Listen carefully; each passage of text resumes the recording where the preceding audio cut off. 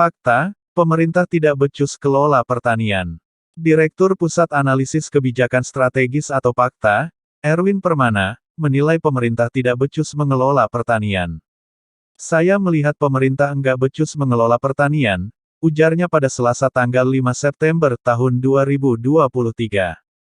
Hal itu dinyatakannya lantaran pemerintah tetap saja ngotot berencana impor beras, padahal cadangan beras pemerintah atau CBP, aman tahun ini, karena hampir semua provinsi di Indonesia mengalami panen raya.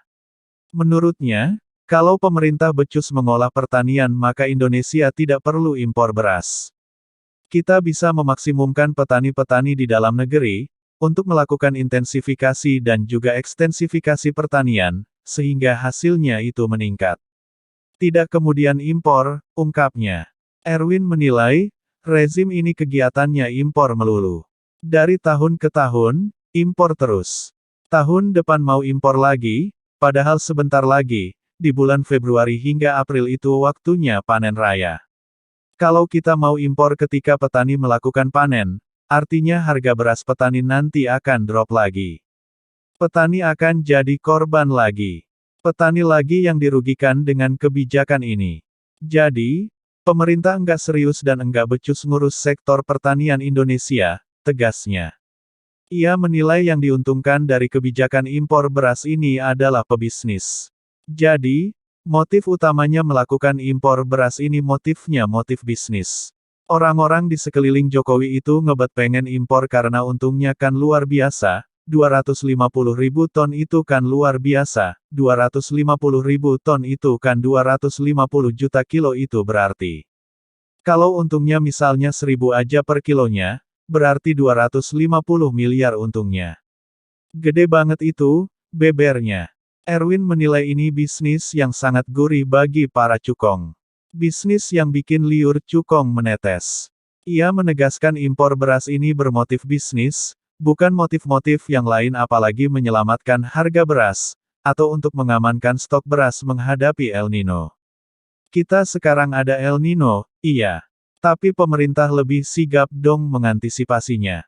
Jangan kemudian buru-buru impor. Wong impor setiap tahun kok, ada aja alasan yang dikemukakan, kata Erwin. Selain enggak becus, Erwin menilai kebijakan impor beras ini berpihak kepada oligarki. Bukan berpihak kepada rakyat. Mau gampang aja, ya sudah impor aja. Stok kurang, harga beras lagi naik, sekarang lagi gila-gilaan harga beras. Ini jadi alasan untuk melakukan impor gitu, ungkapnya.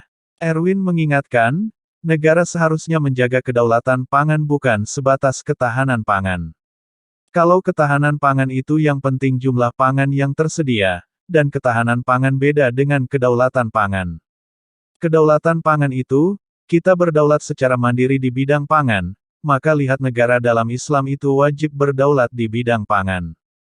Supaya tidak diintervensi oleh negara-negara lain. Sebab bagaimanapun namanya pangan itu kan kebutuhan pokok negara. Enggak boleh kebutuhan pokok itu kita bergantung pada negara asing. Itu berbahaya banget, tegasnya. Jadi, menurutnya, negara harus melakukan segala macam upaya sehingga kedaulatan pangan itu terjadi. Dengan melakukan intensifikasi pertanian, ekstensifikasi pertanian, menjaga kualitas panen, kualitas bibit, kualitas lahan dan kesejahteraan petani. Semuanya dijaga oleh negara dalam Islam, sehingga kemudian kedaulatan pangan itu terwujud, pungkasnya. Demikianlah artikel tentang negara yang tidak becus mengelola pertanian. Sebelumnya, izinkan admin untuk mengingatkan. Jangan lupakan, dan tetaplah ingat kepada 6 pemuda beriman, pengawal ulama, yang tidak salah apa-apa, diculik, lalu disiksa dengan sadis dan kejam, kemudian dibantai tanpa belas kasihan, oleh segerombolan setan. Setelah itu, difitnah habis-habisan, kasus ini dikenal sebagai kasus KM50, yaitu, tragedi kemanusiaan paling biadab yang pernah terjadi di Indonesia. Senin tanggal 7 Desember tahun 2020 yang lalu. Allahu Akbar, Allahu Akbar, Allahu Akbar, Allahu Akbar, Allahu Akbar, Allahu Akbar, Allahu Akbar. أكبر الله أكبر